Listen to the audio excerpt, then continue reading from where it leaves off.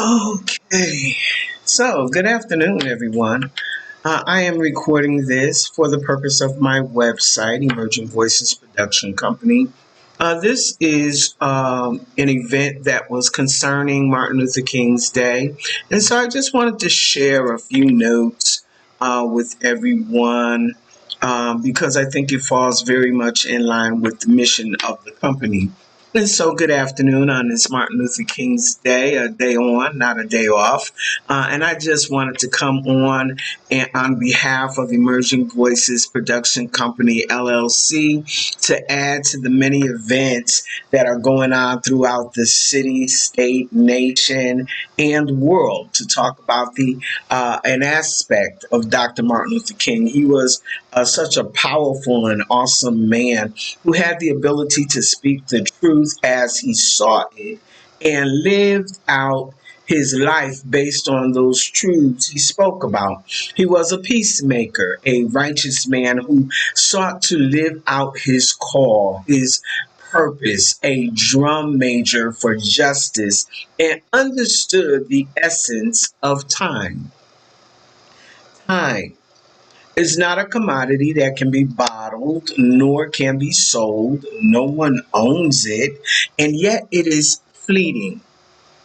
But we are all given the same amount of time in a day, 24 hours, yet very few of us take advantage of the allotted time where we should all work while it is yet day. My name is Ina Elisa Anderson. Some of what I do by career, profession, trade, or gifts are preaching and teaching the gospel as well as other studied curriculum and life lived lessons. That's a broad spectrum. Today, I thought I would come on as owner of Emerging Voices Production Company LLC, and in the role of the writer and researcher that I am. It is the observer in me that wants to chatter or call into question Dr. King's letter from the Birmingham jail while he was in solitary confinement when he wrote his response to a group of clergy gentlemen who thought that they had something to say about why he was in Birmingham, Alabama in the first place. Before I jump into this, I want you to know that Emerging Voices was created to create theater that I did not or do not see. His stories are rooted in the African American historical tragedies, unaddressed traumas, and triumphs while linking them to current day construct to create conscious theater. Hence, our tagline is from page to stage theater. When you are Black, a Negro, African American, however you may identify yourself, and speak up or stand up for your violated rights, as you know, whether from history, past, or current, or whether it's your own experience, you will meet state sanctioned violence. Now, what do I mean by state sanctioned violence? Well, Google says that state sanction simply means that a state must give some type of permission to an organization to use violence. Giving permission can mean hiring an organization to carry out violence in lieu of a state supplying them with arms and weapons, covertly or overtly, or simply saying that they support the mission of the organization. Now, it should be, i.e., police department, to serve and protect. But for those of us in colored communities, underserved communities, we don't know serve and protect. Also, the National Guard is given this same sanction um, under the authority of the governor. In other words, when the power when power as an agent of the state is used to remind activists of Jim Crow South and Jim Crow North or the new Jim Crow, it is with an insulting indignities that can escalate to an untimely death for a person of color for no more than just being. This sanction seeks to absolve such agents or agencies who have acted on behalf of its local, state, or federal sanction to be absolved of their heinous behaviors of at will. For Dr. King, I'm going to get back to Dr. King and this Birmingham letter.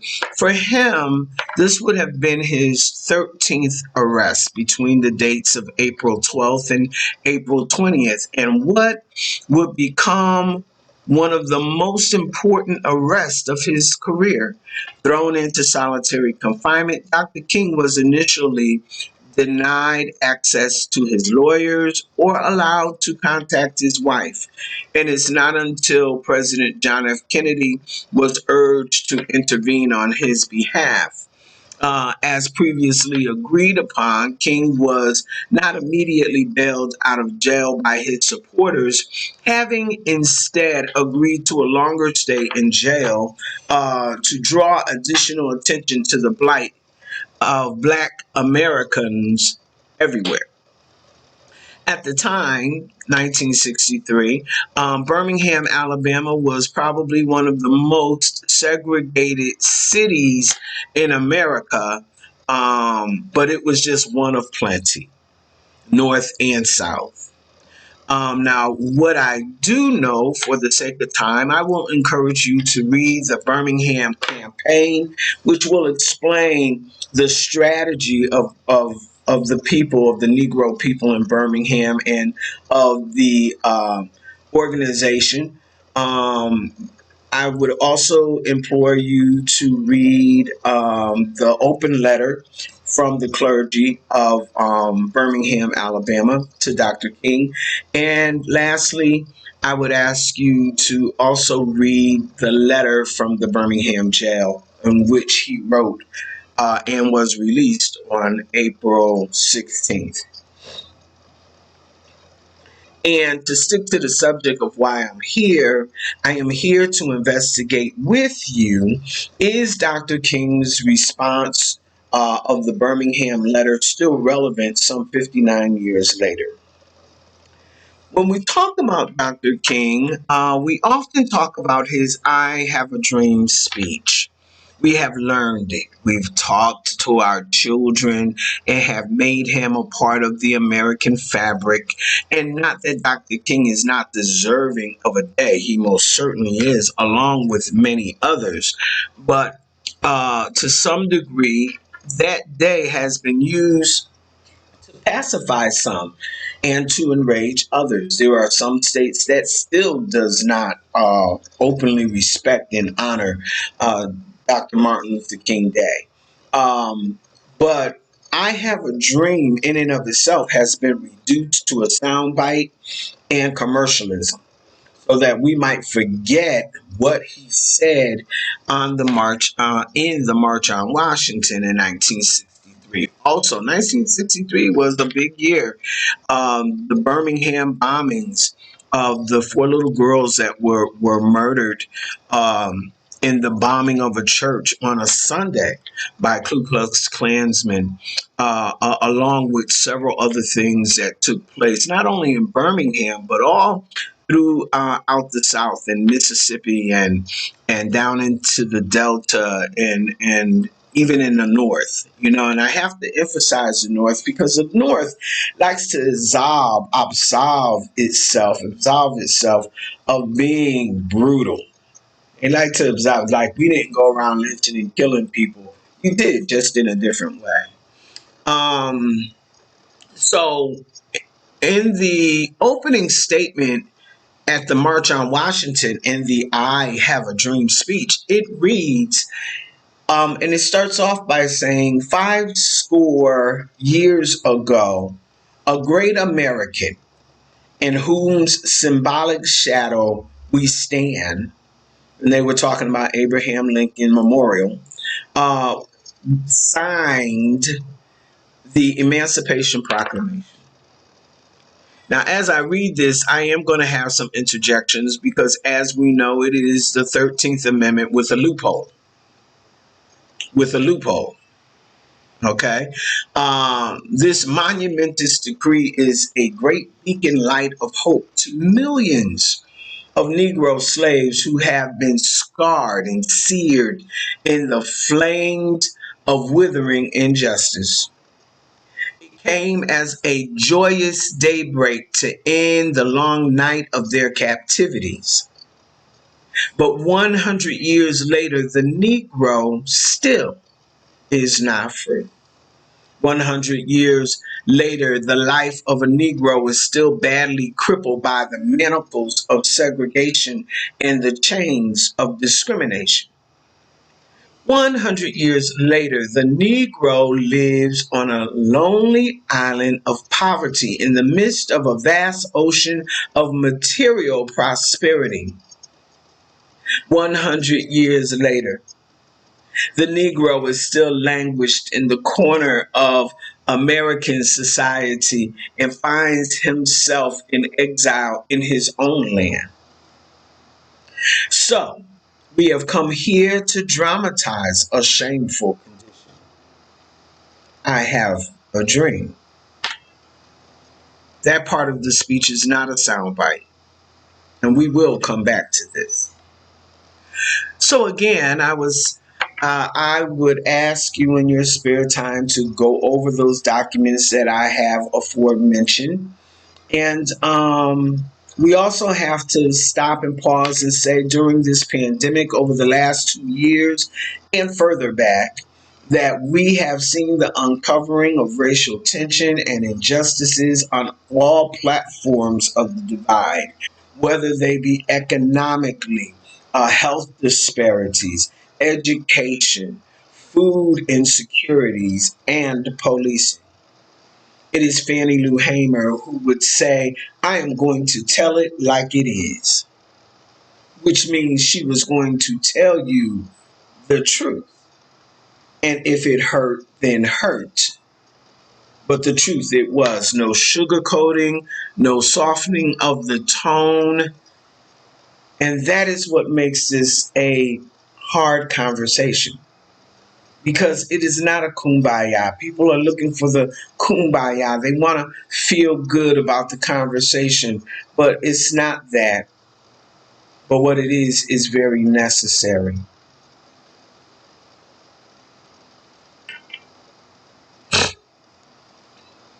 In Dr. King's letter of response on April 16th, 1963, he responds to an open letter that the white clergy and a Jewish leader had printed in a local newspaper. And Dr. King's opening line of his letter starts out by saying, I read your recent statements calling my present activities unwise and untimely, talking about his arrest and the protesting. He says, seldom do I answer criticism of my work and ideas. If I sought to answer all the criticism that came across my desk, my secretary would have little time for anything else other than such correspondence in the day, and I would have no time for constructive work. Not mine. Just in this statement alone, let us as people of color or anyone understand that we ought to choose our fights. When we are going to be drawn into something, you ought to pause and choose what it is you're going to fight, because the truth is most people who question you don't deserve an explanation. They simply don't. But since he says, but since I feel like you are men of genuine goodwill and that your criticism is sincerely set forth.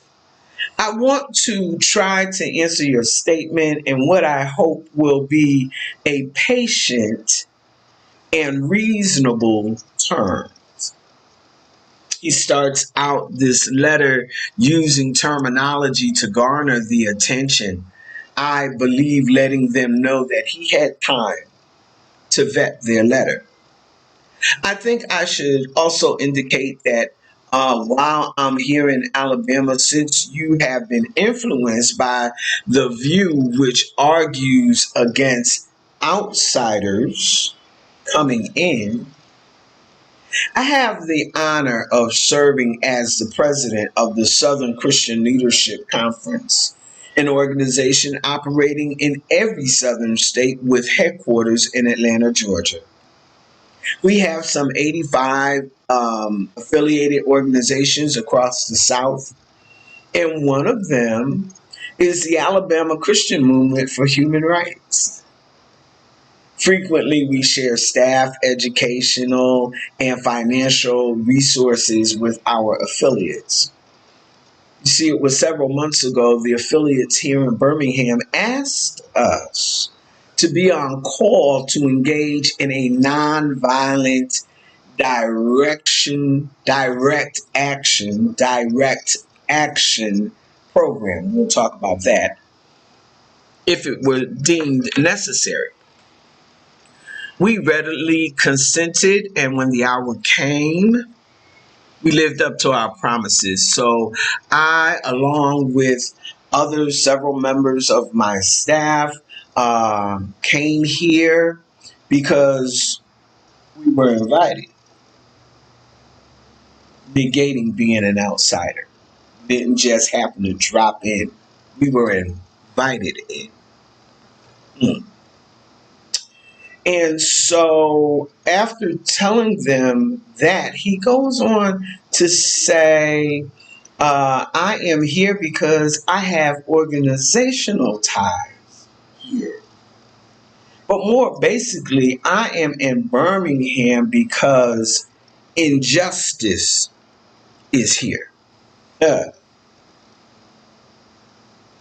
He goes to say to them and begin to tell them in example forms because they are clergy.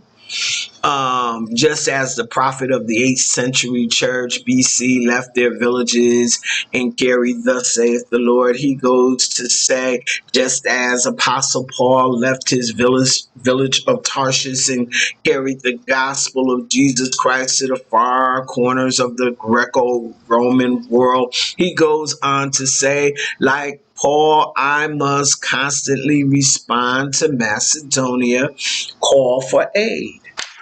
Moreover, I am cognizant of the interrelatedness of all communities and states. And I cannot sit idly by in Atlanta and not be concerned about what happens in Birmingham. He couldn't do that. I cannot live in the state of Connecticut and not be concerned about the state of South Carolina where my parents live and the conditions that may affect them, because if I go there, it affects me too. Cannot sit idly by. Injustice anywhere is a threat to justice everywhere. We are caught in an inescapable network of mutuality, tied in a single garment of destiny. Whatever affects one directly affects all indirectly. Never again can we afford to live in the narrow provincial outsider agitator idea. No one and anyone who lives within the United States can never be considered an outsider anywhere in its bounds.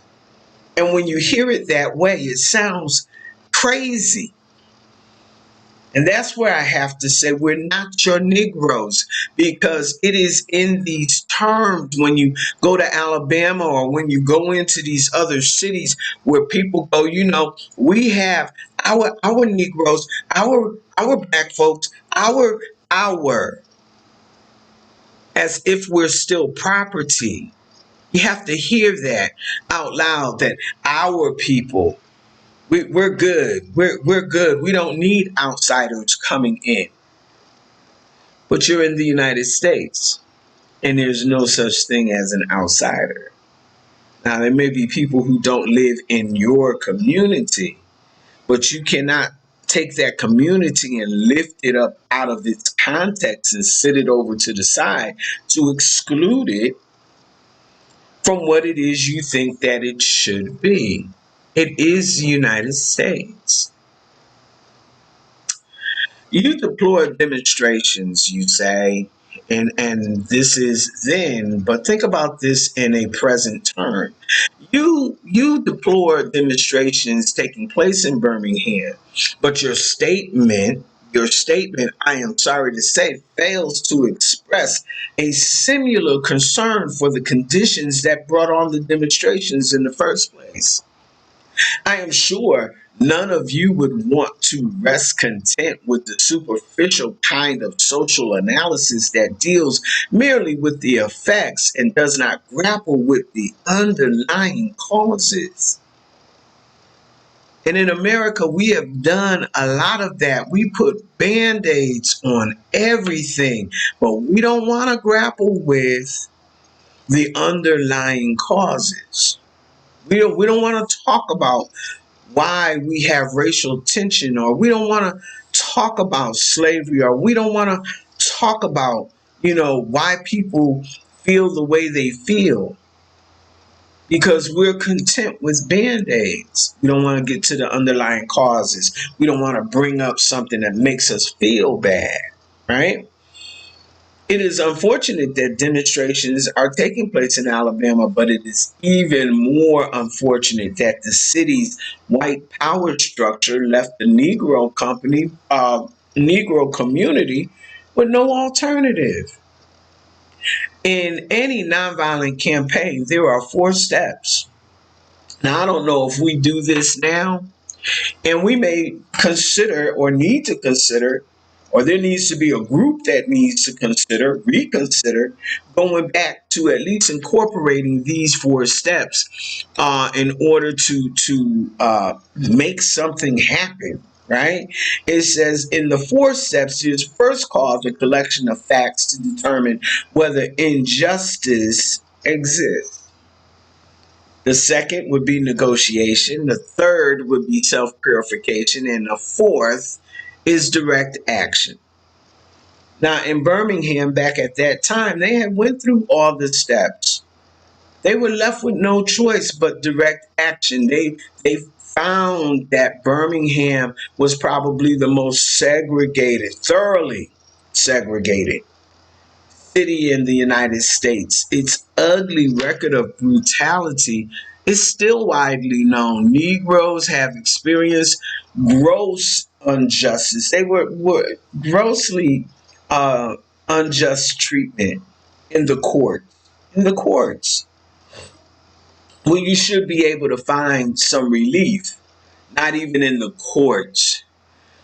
There have been more unresolved bombings of Negro homes and churches in Alabama, Birmingham, Alabama, than in any other city in the nation. And at that time, when you can include Mississippi, they were worse than Mississippi, and Mississippi was bad. These are the hard, brutal facts. Because of these conditions, Negro leaders sought to negotiate with the city fathers. They went to government to sit down and negotiate. But guess what? When they found out that they were the victims of broken promises, right? A few signs removed here and there, only to return later. And as many So many past experiences, our hopes had been blasted, and the shadow of deep disappointment settled upon us. We had no alternative except to prepare for direct action, whereby we would present our bodies as a mean of laying our case before the conscience of the local and national community. Mindful of the difficulties involved, we decided to undertake a process of self purification. They were serious about their business. They were serious. We began a series of workshops on nonviolence, and we repeatedly asked ourselves, are you going to be able to accept the blows without retaliating? Wow. Are you able to endure the ordeal of jail? Knowing that a strong economic withdrawal program would be the byproduct of direct action. We did everything, they did everything they could to avoid this particular piece. But this is what it came down to: direct action. Why direct actions? Why sit ins? Why marches and so forth? Isn't negotiating better? Now you want to ask me, isn't negotiating a better path? And you're right, it is a better path. Indeed, this is the very purpose of direct action. Nonviolent direct action seeks to create such a crisis and foster such a tension that a community which has constantly refused to negotiate is forced to confront the issue. It seeks to dramatize the issue that can no longer be ignored. It's no longer just a little bump in under the rug and you trip over it each time you walk by it. It is now, it's bigger than that. It's bigger than that. My citing the creation of tension as a part of the work of the nonviolent resistor may sound rather shocking, but I must confess that I am not afraid. This is Dr. King talking. I am not afraid of a little tension. I have earnestly opposed violent tension, but there is a type of constructive, nonviolent tension which is necessary for growth. Just as Socrates felt like it was necessary to create tension in the mind so that individuals could rise from the bondage of myths and half truths to the unfettered realm of creative analysis and objective appraisals, so must we see the need for nonviolent gratis to create the kind of tension in society that will help men from the dark depths of prejudice and racism to the majestic heights of understanding and brotherhood. The purpose of the non-action program was to create a situation so crisis packed that it would inevitably open the door to negotiation. For too long has our beloved Southland been bogged down in the tragic effort to live in monologue rather than dialogue. Simply put, you can't keep thinking that you're going to tell people what to do, how to live, and you're going to have this say so over their life, and they are to be subjected to that. We have minds, we are thinkers, we are doers, we are inventors. So you're not going to be able to do that anymore.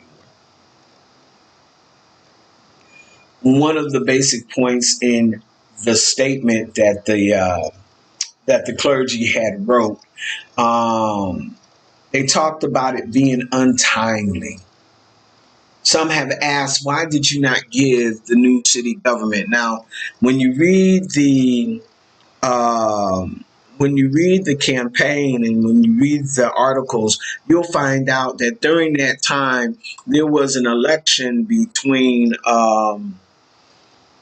someone who was not as aggressive as Bull Connor, but they were still on the same page. He was just a little more gentler.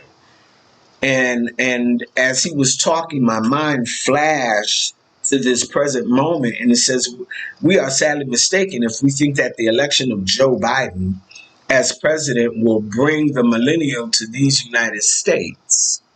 Biden is a much gentler person than Trump, but they both were segregationists, dedicated to the maintenance of the status quo. Now that there is my opinion, but I think that it plays out and it's true. Lamentably, it is a historical fact that privileged people seldom give up their privileges voluntarily. Individuals may see the moral light. Individuals may see the moral light and voluntarily give up their unjust posture. But as Reinhold Niebuhr once said and reminded us that groups tend to be more immoral than individuals.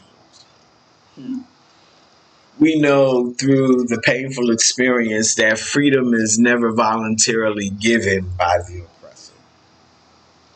It must be demanded by the oppressed. Frankly, I have yet, Dr. King speaking, I have yet to engage in a direct action campaign that was well timed. In the view of those who have not suffered unduly from the disease of segregation. For years, we have heard the word wait. It rings in the ear of every Negro then, every black person, African American person now. Wait, wait. And the more you hear the word, you ought to just wait on that. The more you hear that, it almost means never. We must come to see with our own distinguishable jurists that jury too long delay, that jury too long delay is justice. That justice, let me get this right. I'm sorry. That justice too long delayed is justice denied. We have waited, and he's talking still, 1963, 59 years ago. We have waited for almost 340 years for our constitutional and God given right. 1963, the nations of Asia and Africa were moving forward with jet lightning speed towards gaining political independence, but we are just still creeping along at horse and buggy pace towards gaining a cup of coffee at a lunch counter. My God. Perhaps it's easy for those who have never felt the stinging darts of segregation to say, wait, but when you have seen, not so long ago, the vicious mobs lynch your mothers and fathers at will and drown your sisters and brothers at whim in the till. When you have seen the hate filled police curse and even kill your black brothers and sisters,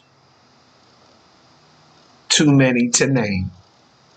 When you have seen the vast majority of your 20 million Negro brothers smothering in airtight cages of poverty in the midst of an affluent society, when you suddenly find your tongue twisted and your speech stammering as you seek to explain to your 6, your 12, your 15, your 18-year-old sons how to respond while black, and see the ominous clouds of inferiority begin to form in their psyches, and the distorted developing of an unconscious bitterness towards white people, when you have to concoct an answer for a 5-year-old who is asking, Daddy, why do white people treat colored people so mean?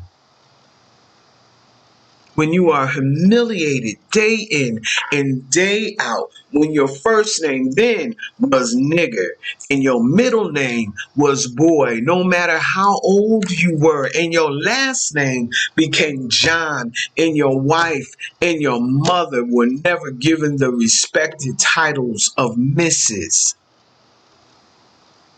When you are harried by day and haunted by night, the fact that you are a Negro living constantly in tiptoe stance, never quite knowing what to expect next, and are plagued with inner fear and outer resentment, when you are forever fighting a degenerating sense of nobodiness, then, then, and only then will you understand why we find it difficult, oh my God, to wait.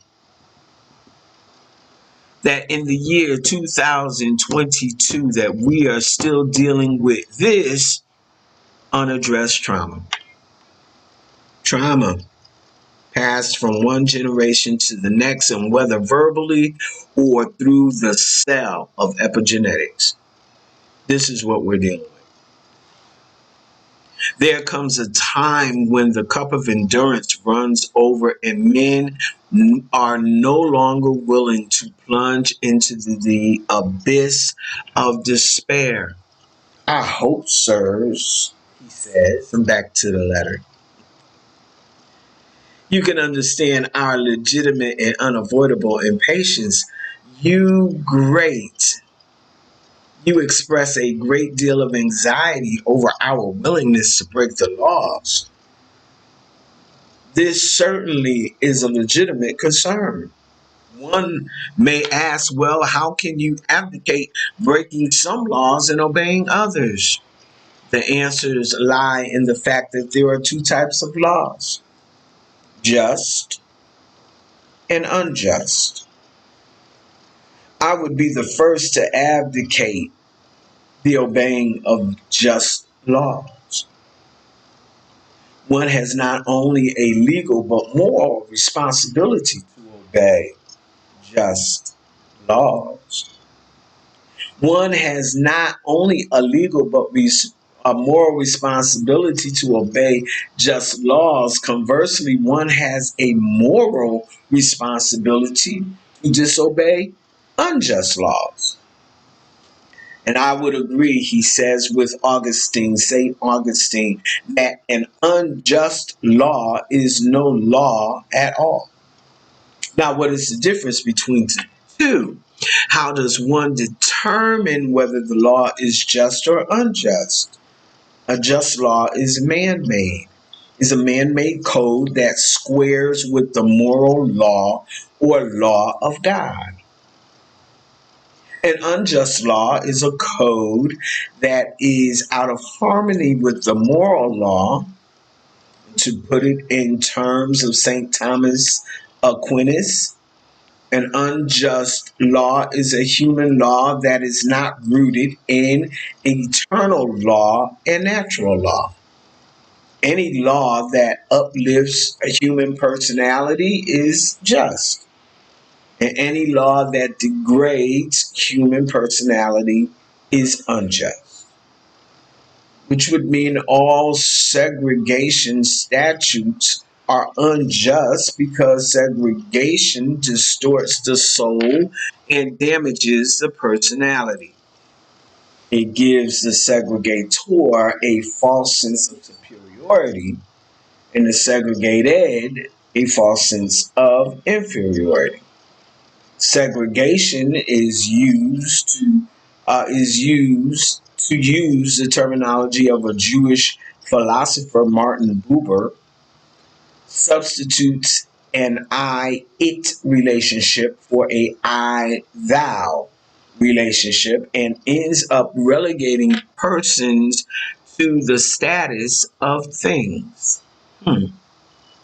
Hence, segregation is not only politically, economically, and sociologically unsound, it is morally wrong and sinful.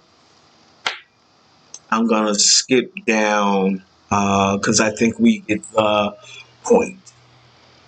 I think we get the point.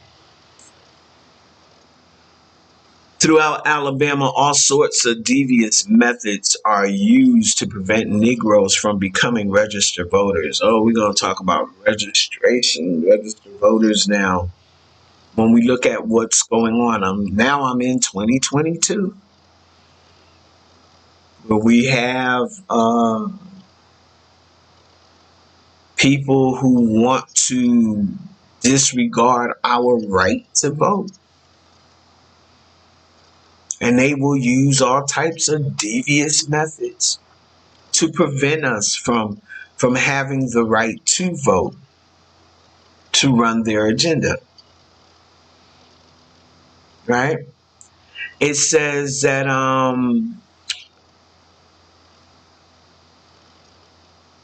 there were some cities, towns, counties in Alabama, and there were even when blacks were given the right to vote, they were still being denied the right to vote in particular counties.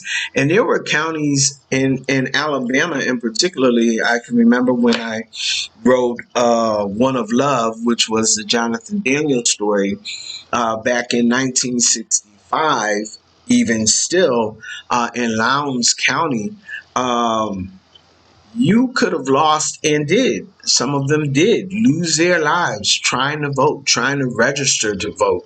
That you had to have um, federal agents come down to the particular county in Alabama to help register Negroes to vote.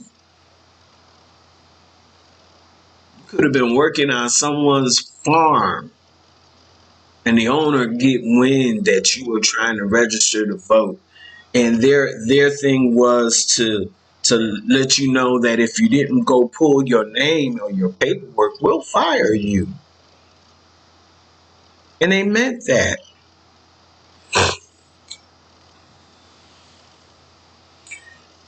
So when you think about these things, sometimes a law is just in the face, just on its face, and unjust in its application. We'll get back to this because I can get lost in this. For instance, I have been arrested on the charge of parading without a permit. Now, there is nothing wrong in having an ordinance which requires a permit for a parade, but such an ordinance became unjust when it was used to maintain segregation and to deny citizens the First Amendment privilege of peaceable assembly and protest. He tells them, I hope you're able to see the distinction I'm trying to point out. In no sense do I advocate evading or defying the law as would the rabid segregationalists. That would lead to anarchy. And we saw that at the end of beginning of 2021 with President Trump. Well, anarchy, how close we could have come to anarchy. One who breaks an unjust law must do so openly, lovingly, and with a willingness to accept the penalty. January 6th, they were open. They weren't willing. You're not willing to accept the penalty for breaking a law that was unjust, right? I submit that an individual who breaks a law that conscience tells him is unjust and who willingly accepts the penalty of imprisonment in order to arouse the consciousness of the community over its injustice is in reality expressing the highest respect for the law. Of course, this is nothing new. It's not some new kind of civil disobedience. Marching and picketing is not some kind of new disobedience. You know your Bibles, you know that the fact that Rashab, Meshach, and Abednego, Shadrach, Meshach, and Abednego, they were ordered to obey the laws of Nebuchadnezzar. But on the grounds of the higher moral law, which they believed in God, they're like, we're not doing that. And whatever the consequences are, the consequences. There were Christians who were put in the pen with the lions. Daniel was put into the lion's den. Put me in there. What you gonna do? Because he believed in his God. Now, there's a question about the Boston Tea Party because now the question is they were treasonous to the Queen, right? But they were disobedient, civil disobedient, right? So were they revolutionaries or were they terrorists? And of course, that means all depends on what view you're looking at. Adolf Hitler, was he great? Was he right? Or was he wrong? Was he a terrorist?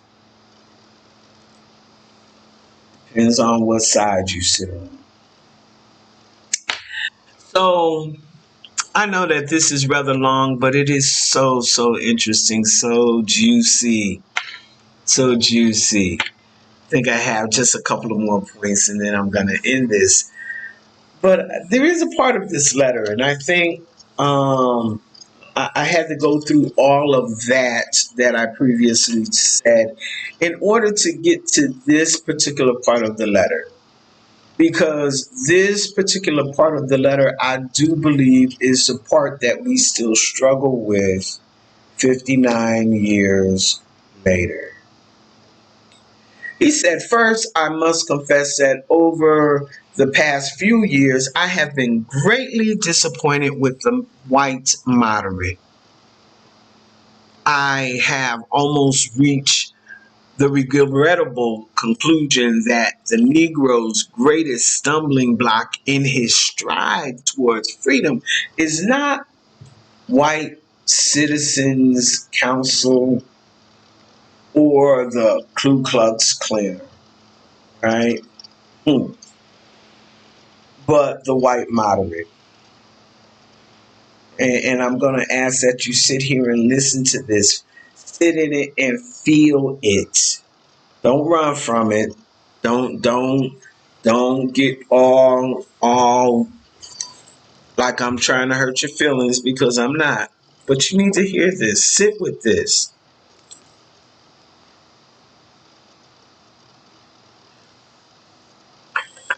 There are people who are more devoted to order than they are to justice.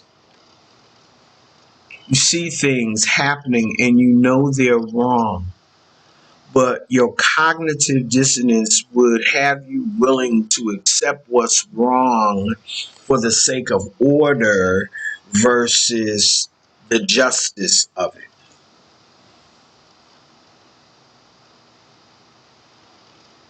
Who would prefer the negative piece, which is absent of the tension, to a positive piece, which is the presence of justice, who constantly says, I agree with you in the goal that you seek, but I cannot agree with the method of direct action, who parenthetically believes that he can set a timetable for another man's freedom, who lives by the mythical concept of time, constantly advises black folks to wait for a more convenient season. Shallow understanding from people of goodwill is more frustrating than the absolute misunderstanding of people of ill will. That's the difference between North and South. At least when I'm South and I drive through the state of Virginia and I see that oversized Confederate flag that is flying, not by the state, but by individuals, I imagine that it's on private property. But nevertheless, it's allowed to fly. I don't see nobody going over there, no law enforcement going over there to make them take it down. When I drive through the state of North Carolina and I can see that Confederate flag again flying large to remind me of the type of South that they are looking to have, that who's in control, I can handle that. I can. At least I know where I stand with them. But in the North, where they go, well, we didn't lynch nobody. Yeah, you did. You did. You did. And it goes on so much that people are so comfortable with it, but it's about this thing of order. That you rather sit on the side of order than which would be the negative, uh, the negative peace. You would rather have negative peace than deal with positive peace, because positive peace is going to cause you to be uncomfortable. He says, I had hoped that the white moderate would understand that law and order exist for the purpose of establishing justice. And when they fail in this purpose, they become the dangerously structured dams that block the flow of social progress. Now, if that's not the truth, I just don't know what it is. I can't, and it's amazing to me that here we are, some 59 years later, and this still stands true. This is true, and we know it's true. We see it every day. We see it every day. We see it every day. And this is not a southern thing, northern thing. This is not that. This is not that. All men will respect the dignity and worth of human personality. I'll back up to the whole subject in the line. It said, I had hoped white moderates would understand that the present tension in the South is a necessary phase of the transition from an obnoxious negative peace in which the Negro passively accepts his unjust plight to a substantive and positive peace in which all men will respect the dignity and worth of human personality. We who engage in nonviolent direct action are not the creators of tension. We merely bring it to the surface, the hidden tension that is already alive. We bring it out in the open where it can be seen and dealt with, like a boil that can never be cured so long as it's covered up, must be open with all its ugliness to the natural medicines of air and light. Injustice must be exposed with all the tension with all the tension its exposure creates to the light of human consciousness and the air of national opinion before it can be cured. Okay, now I'm gonna go back to the letter. In your statement, you assert that our actions, even though peaceful, must be condemned because they precipitate violence. But is this a logical assertion? Isn't this like condemning a robbed man because of his possession of money precipitated the evil act of the robbery? Come on now, isn't this like condemning Socrates because his unswerving commitment to truth and his philosophical inquiries precipitated the act by the misguided populace in which they made him drink hemlock? Isn't this like condemning Jesus because his unique God conscience and never ceasing devotion to God's will precipitated the evil act of crucifixion? We must come to see that, as the federal courts have consistently affirmed, it is wrong.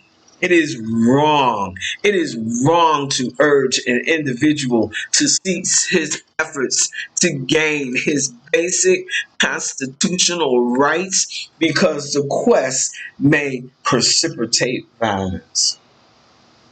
By who?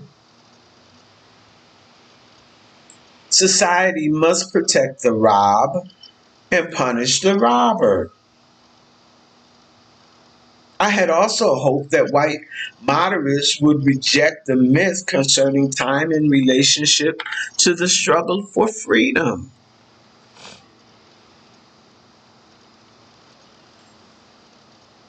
So now back to the beginning.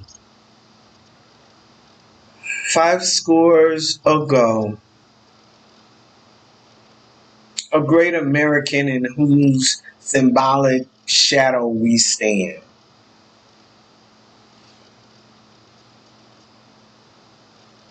Today signed the Emancipation Proclamation. And at the time he was talking about Abraham Lincoln.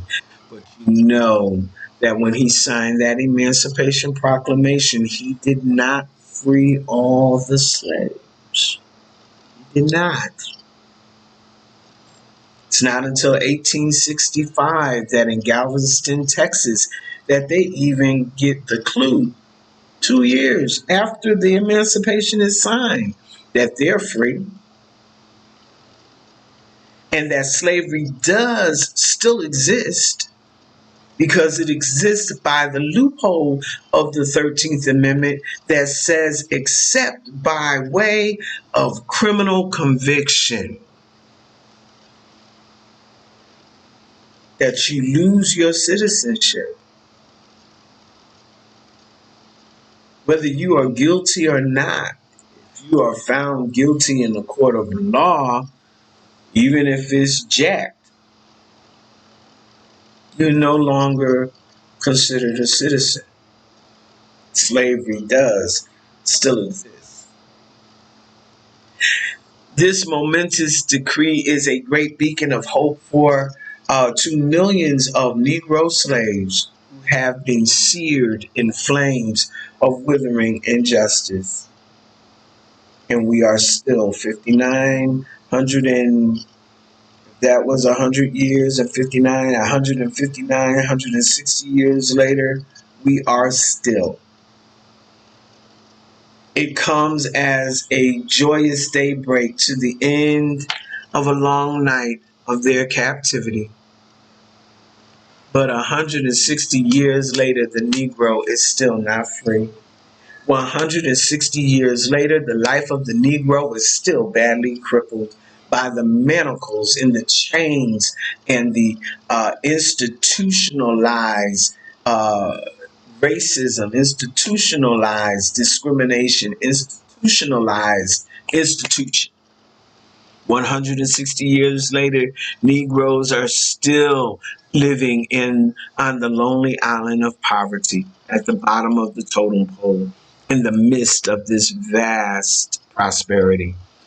And amazingly enough, having $2 trillion worth of wealth. 160 years later, the Negro still languishes in the corners of American society and finds himself in exile in his own land. And we didn't know how true that was until Katrina. So we have come here today. I've come today to dramatize a shameful condition that this is not a soundbite, that we hold these truths to be self-evident, that one day little black boys and little black girls will hold hands with little white boys and little white girls. And even though there are those that are holding hands and making babies, and being in love, we still have this great divide. I don't know what Dr. King would think about the year 2020 had he lived to see it. I know that my parents are in their late 80s and early 90s, and they've seen a lot. And they are amazed on the one hand, the progress of mankind, and still yet saddened on the other hand that we just simply cannot get along. Thank you for spending this time with me. I appreciate it, appreciate you, love you much. And I look forward to doing this again soon. I'm going to come back on Juneteenth and we're going to talk about that in the celebration of Juneteenth. In the meantime, I'm also going to have um, for Black History Month, February 24th. Trying to get the dates and the time, dates and the places together. Don't know if we're going to do it via Zoom, but we're also going to be a part of Mount Pisgah's Black History Month, their Ma'afa Month, and we're doing Sojourner Truth. Ain't I a Woman? A one-woman show with the lead actress Deirdre Barrington. I look forward to talking to you again. Peace. Love you much. Bye bye.